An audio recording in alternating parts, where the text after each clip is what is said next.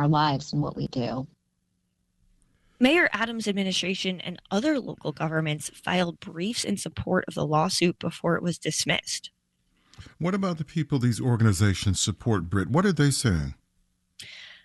So I attended a meeting at Exodus this fall where Sincere Wilson, the former staffer who's now working for free, led a bunch of young adults from East Harlem in a series of mindfulness exercises, kind of sitting in a circle and reflecting on good decision making and some other important things.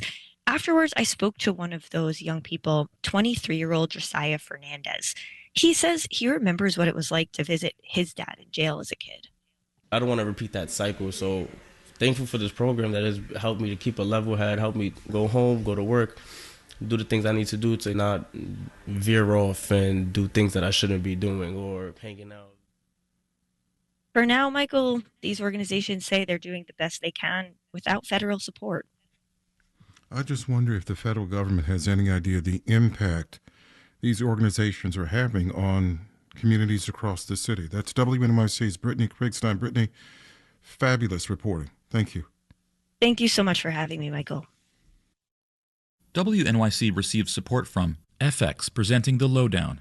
From creator Sterling Harjo and starring Ethan Hawke, this gritty noir follows citizen journalist and self-proclaimed truth historian Lee Raybon as he exposes corruption in Tulsa. Awards eligible. Now streaming on Hulu. Marketplace Morning Report is next, and then later on Morning Edition, President Trump talked about the economy during a campaign-style rally in Northeast Pennsylvania last night. Pennsylvania is prospering again, and I will not rest until this Commonwealth is wealthier and stronger than ever before. Polls show many Americans do not think the economy is great. More. Our no free lunch warning of the week, this time about home loan refinancing. Marketplace Morning Report is supported by Yubico, makers of the YubiKey. YubiKey helps protect important digital applications and services. YubiKey, still undefeated, the original passkey. More at yubico.com. I'm David Brancaccio in Los Angeles. Good morning to you. First, Texas has launched the first state-run cryptocurrency reserve with a $5 million purchase of Bitcoin. Texas has also been very welcoming to electricity-intensive data centers that create new cryptocurrency, these Bitcoin miners. And other states are looking to add crypto to their state coffers. Marketplace's Nova Safo has more. Texas welcomed crypto mining after China banned it in 2021. And by one count, at least 60 power-hungry crypto mines, essentially computer clusters running 24/7, are now operating in the state. Texas has had a tremendously open grid situation with plenty of electricity. That's Ed Hers, an energy fellow at the University of Houston's Department of Economics. And while a $5 million Bitcoin reserve is not much, Lee Bratcher of the crypto industry trade group Texas Blockchain Council says it matters for the companies that now call the state home. It does send a powerful signal that Texas is going to be and continues to be a pro-business state that's open for innovation. Texas is making a play to be where the future of finance and capital formation happen.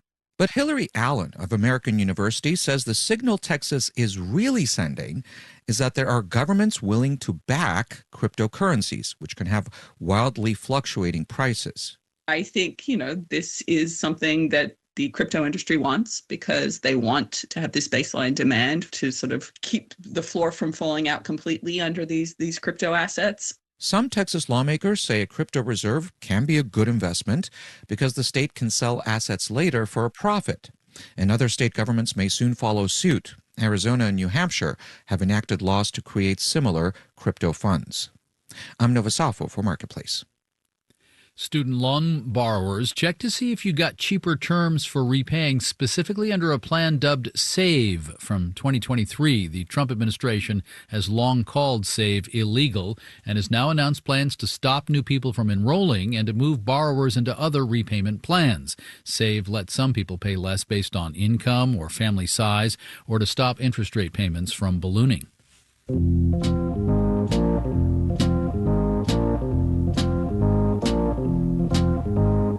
Marketplace Morning Report is supported by Fidelity Investments. A dedicated advisor can help build a flexible wealth plan.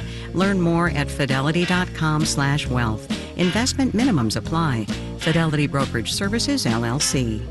And by Progressive Insurance. Customers can simplify their insurance needs and protect what's important by bundling home and auto. Learn more about bundling at progressive.com.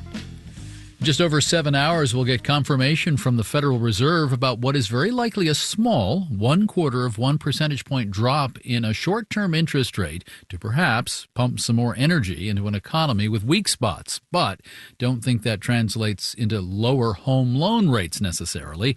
A sense among bond market participants that we might get fewer rate cuts from central banks in 2026 is currently driving up 30-year bonds today, which could push up mortgage rates. This is just one reason. If you get a phone call offering mortgage refinancing with no cost to you, beware. Let's get more from Jacob Faber, an associate professor of sociology and public service at New York University. Professor, welcome. Thank you for having me. One of our reporters shared this story the other day. Her mom received a call from a lender promising her that with lower mortgage rates, she could reduce her monthly mortgage payment and it wasn't going to cost her anything. But sure enough, the mother's now on the hook for the fees associated with refinancing and new terms for the loan. Are you seeing the likes of this out there? Absolutely. We are hearing a lot of kind of reports of calls like this. You know, it's important to distinguish between outright scams where people are being lied to by someone claiming to be an underwriter or, mortgage rescuer, but that person doesn't actually represent your lender. And real offers from lenders that sound great, but don't end up benefiting the borrower in the end. I mean, if it's fraud, it's fraud, but wrapping the cost into a refinancing package is legal. I mean, it's what you would expect at some level. That's true. That doesn't mean that it's good for the borrower.